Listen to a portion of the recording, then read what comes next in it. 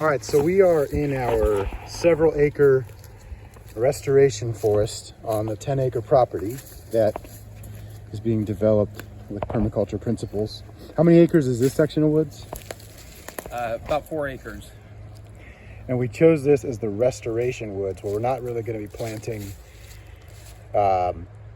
standard garden crops or anything in here. This is going to be strictly a native woods, right? So native woods, but we're going to try to affect the trajectory by putting in things like American plum, pawpaws. We're going to add some edibles, but the focus is not that it's only going to be edibles, because all of these different native plants support so much life that it's supporting us too. Okay. And our biggest problem in this woods has been the species of buckthorn, which you can see is everything that's green that's left basically is buckthorn or honeysuckle, but mostly buckthorn in these woods. And you can see how thick the woods is where there's buckthorn, and then where we've cleared it, how much less thick the woods is. So what's buckthorn? So buckthorn is a European species. I wasn't real familiar with it when we started working on this property. More people are familiar with honeysuckle right now, but buckthorn is just as invasive and harder to remove.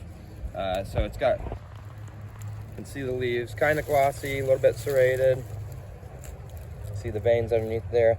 Not all of them are thorny. One's closer to the edge are thorny, but the thorns are, they're kind of like poisonous. They cause swelling and pus and irritation. And a friend of ours doing buckthorn removal had to have a surgery on his hand from getting the buckthorn in his joint. So you can see these are buckthorn that are either a couple years old or re-sprouted. We don't do any chemical treatments. We just do organic cutting methods and pulling. So we do a lot of cutting, and we're experimenting with cutting and recutting. And then using the buckthorn in various ways, trying to obtain a yield from it. But you'll see here is a big buckthorn. So we probably have nearly state champions on this property, because we have lots and lots of 30-foot tall buckthorn on the property. And this is a huge diameter. So it's usually listed as a shrub, but when you have something 30-foot tall with this diameter, you're talking about cutting down trees. The work is the same as clearing a forest of understory trees. And would you say that we've found the wood to be a lot harder to cut through than something like honeysuckle? So the wood is very hard to cut through, and it's so one of our students and then intern who's been amazing helping us with these projects and helping clearing this, real passionate about native plants. He's shattered axe handles cutting through this buckthorn. So this is, when you're shattering a hickory axe handle, you know you're cutting through something really hard. Often they throw the chain off of a chainsaw. We do mostly manual removal. We work with students. We use hand saws and axes and hatchets, and so we don't use the chainsaws all the time, but even when you do, it's not even that much of a help, because it's so hard to cut through. It smokes and throws the chain off, and it's very hard wood. So that's why we're also trying to find some uses for it, because it is a hard wood. So we've made fence posts out of it. We've created wattle fences that utilize the fence posts, and then buckthorn laid across it too. So we're trying to find uses for it. But it's definitely something we want to get out of here. So we're targeting the biggest ones that are seed producing. We want to diminish the seed bank. And then we really want to see the natives that are here flourish. We're going to add and direct the trajectory, but we're also seeing what's still in the seed bank. So this actually inhibits the growth of seedlings.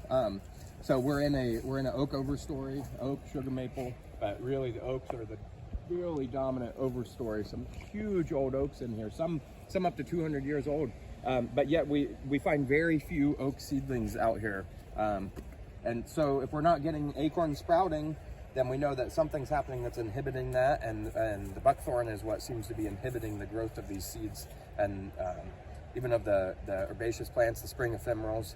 So we're seeing a really great effect where we've cleared of the seed bank being somewhat intact, and we have a lot of spring flowers, toothworts, then we have jack in the pulpits. So we're seeing some positive things where we're clearing the buckthorn. All right, so we can see some fallen buckthorn here. They seem to be in these big clumps of trunks the trunks are very, I don't know, what do you say about that? Clumpy? I don't know what that's called, where there's multiple trunks in the same spot. Become more multi-stemmed.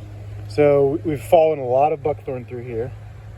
Lots of berms of buckthorn. Is there some honeysuckle on there, or is that all buckthorn? Some honeysuckle, too. Yeah. So do you think honeysuckle was here first and buckthorn has choked it out? I think there was probably more honeysuckle on the property, and the buckthorn is kind of winning the battle between honeysuckle and buckthorn. So that brings up, you by chance spoke to someone who we don't know who works for the state of Ohio. We're in West Central Ohio. And what did he say about buckthorn when you talked to him? So he actually wasn't aware of, and said the state's not aware of huge groupings of buckthorn this far south. They're more aware of it being up more towards like Cleveland area. And then, so I asked if he wanted to be the person who discovers it here, because we're working with buckthorn every day. And he said, no, I don't want that mess on my hands, basically. Yeah. Very nice guy, very passionate about his work. But yeah, so this is spreading. It's the cat's out of the bag with buckthorn. It's going to be spreading. If it's not already on your property, it may be soon if you live anywhere near here. And it's something to watch out for. It makes honeysuckle a joy to work with. When I find a little patch of honeysuckle to work with, I think, oh my gosh, it's so easy to cut down. It's so easy to pull out compared to the buckthorn. The wood is just not hard, and it's not spiky. It doesn't cause me serious pain and injury over time. So this buckthorn makes honeysuckle a breeze to work with. So you want to watch out for buckthorn on your property. And so what about all this soil? We've got soil that has huge deposits of leaves every year, and yet we've got this sandy, or not, I don't know if it's sand, just dusty soil. Yeah, it's like a dusty clay. There is some sandy patches too. So that you would think when you go into a woods that is full of 200-year-old oaks, you're expecting a rich, loose soil, but we have compacted clay soil that is very nutrient poor. And if you dig in it, you find it gets rock hard. There's almost no topsoil. It's like almost immediately subsoil. So what they're finding is, because buckthorn is a European species, and many of the earthworms that are here in the United States are not actually native. We think of earthworms as great for our gardens, and they are. We want to attract worms to our gardens. But when you're talking about in the woods, the worms are actually eating the leaves faster than they can build into soil. So where you have oaks, which are probably the most important tree species around here, those leaves fall later in the year. They don't drop them all at once. And then normally they build up a nice rich soil, but because there's so much buckthorn, and then there's so many earthworms that are associated with that, they're eating the leaf debris before it can turn into a nice rich soil. So it's actually stopping the chain of ecology. It's stopping the soil from building. It's stopping all these different interactions. We want as many interactions as we can, and buckthorn is limiting those interactions. So that's another reason we want to remove it from our property. So you can see here a little clearing. You can see some stumps, big buckthorns we've cleared, and then just another 20 feet away back to the thick wall of buckthorn. So let's go look at a couple of our uses for all these buckthorn trunks we've got. So we're standing next to a hugelkultur mound filled up mostly with buckthorn. The soil's washing off a little bit. It's been there for a couple of years. We probably need to add more soil, but we've got another, I see asters growing over in one section. Maybe, what else we got? Yeah, we haven't really planted this mound yet. We did a cover crop, and we did some radishes on here and some mustard greens 2 years ago.